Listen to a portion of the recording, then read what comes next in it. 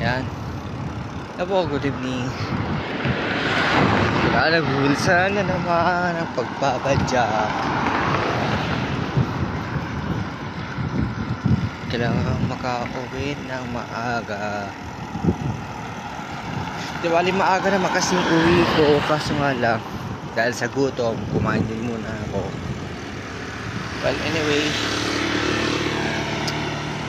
kalimutan ko talaga kasing sinabi kasi nung yung may-ari ng kainan. Well, kung maalala nyo yung yung upload ko kahapon na kung bakit sarado. Yung pala, day off pala nila every Sunday. So it means to say na kada linggo sarado sila.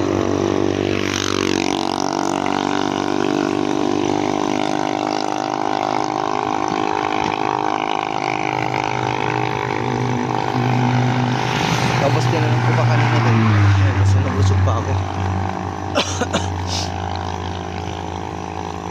Tapos tinanong ko pa kanina doon kung bakit wala sila kahapon or bakit sila nagbukas. Kaya din yung sabi ng mga empleyado doon na deo po kasi namin sir. Yun pala, deo pala nila. Sa ngayon ewan ko, nakikita yung mga patak-patak ng ulan. Medyo namamadali ako sa pagpadyak kasi kung makikita nyo sa may handlebar ng bisikleta ko, yan, may mga patak-patak ng ulan. Baka kasi bigla niyang lakasan along the way, kaya kailangan din na bilisan natin para makauwi tayo ng maaga. Pero syempre kailangan pa rin natin mag lookout sa daan, kaliwat kanan, para safe tayo makauwi.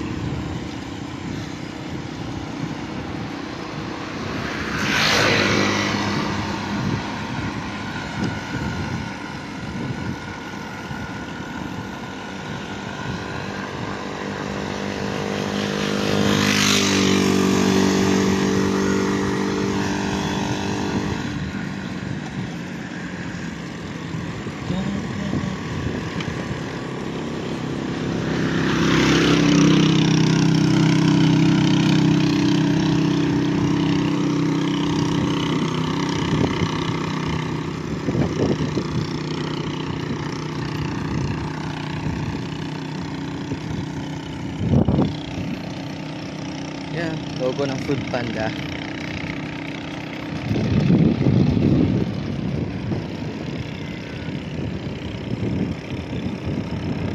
Hindi na tuloy pantay yung helmet ko. Ay, grabe, lumalakas. Wait lang.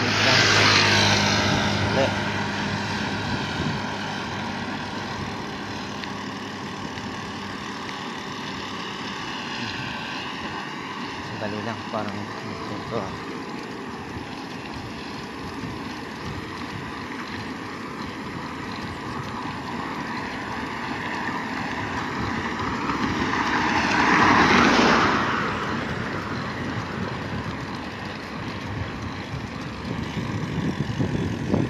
Akala ko ano na yun.